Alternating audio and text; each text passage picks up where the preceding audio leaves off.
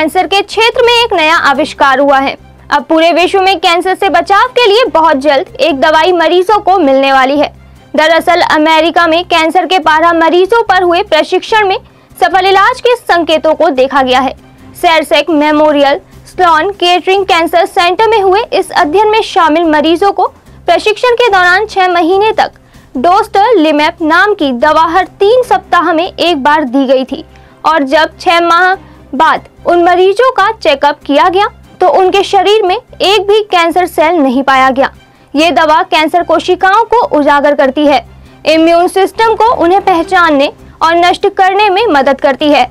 अच्छी बात तो यह है कि मरीजों पर इस दवा के कुछ खास साइड इफेक्ट्स भी नहीं देखे गए हैं। अभी तक कैंसर के मरीजों को इलाज के लिए कीमोथेरेपी, रेडिएशन थेरेपी और सर्जरी जैसे कठिन चरणों से गुजरना पड़ता था, लेकिन अब इस सफल रिसर्च के बाद लगभग 6 माह या फिर 1 साल के भीतर ही कैंसर के मरीज मात्र एक दवाई से ही ठीक हो सकेंगे।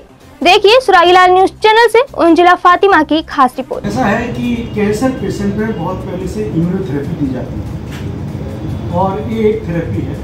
ये जो दवा आई है वो मोनोक्लोनल एंटीबॉडी है जो एज ए एंटी इम्यूनोथेरेपी काम करती है। ये दवा सबसे पहले टेसारोन एक छोटी सी स्मॉल बायोटेक कंपनी है उसने बनाई थी। बाद में इसको ग्लैक्सोस्मिथक्लाइन ने टेक ओवर कर लिया। ये वहाँ पर अमेरिका में Sloan Kettering cancer research institute है न्यूयॉर्क में, वहाँ पर एक 18 पेशेंट में ट्रायल की है और उनको जो है ओवर पीरियड ऑफ 6 मंथ इसको 9 डोजेज दी गई जो कि at the interval of 3 weeks. इसके देने के बाद ये देखा गया कि उन पेशेंट में जिनको कि ये दवा दी गई थी, जिनको कि कैंसर रेक्टम में था लेकिन दूसरी जगह नहीं फैला था, केवल रेक्टम तक ही सीमित था, तो उसमें उन पेशेंट में ये सोच के दी गई कि देखते इस दवा का क्या असर होता है, क्योंकि ये सबसे पहले ये दवा पहले इंडोमेट्रियल कैंसर के लिए डेवलप की गई थी, उनसे दी गई थी। इसमें जब दी गई तो ये देखा गया कि उस देने के बाद आफ्टर 1 ईयर उन जब मरीजों को फॉलोअप किया गया तो उन पेशेंट के फिजिकल एग्जामिनेशन में या हमें जो है रेडियोलॉजिकल एग्जामिनेशन में या पेट स्कैन में या MRI स्कैन में कहीं भी उस कैंसर के लक्षण नहीं मिले। तो इसका मतलब इन पेशेंट में ये दवा बहुत अच्छी कामयाब हुई है। अब ये चूंकि देखने की वजह है कि ये चूंकि बहुत छोटी सी स्टडी है, 18 पेशेंट स्टडी बहुत कम होती है, तो इसको हमारे बाकी सब जितने डॉक्टर साइंटिस्ट हैं वो इस दवा का जो आई है इसका वेलकम तो बहुत कर रहे हैं कि बहुत अच्छी दवा है एंड एक होप बनी है। लेकिन चूंकि इसको चूंकि नए कम मरीजों में इसका इस्तेमाल हुआ है, इसको लार्जर ट्रायल की ज़रूरत है जो कि काफ़ी ज़्यादा मरीजों में इस्तेमाल किया जाए। फेज 3 ट्रायल होगा, उसमें देखेंगे कि कितनी कामयाब रहती है। चूँकि फायदे क्या है कि चूँकि इम्यूनोथेरेपी है तो इसकी जो साइड इफेक्ट दूसरी थेरेपी होते हैं, कीमोथेरेपी या रेडियोथेरेपी, उसके कम है, तो इसलिए एक्सेप्टेंस ज़्यादा हो जाएगी।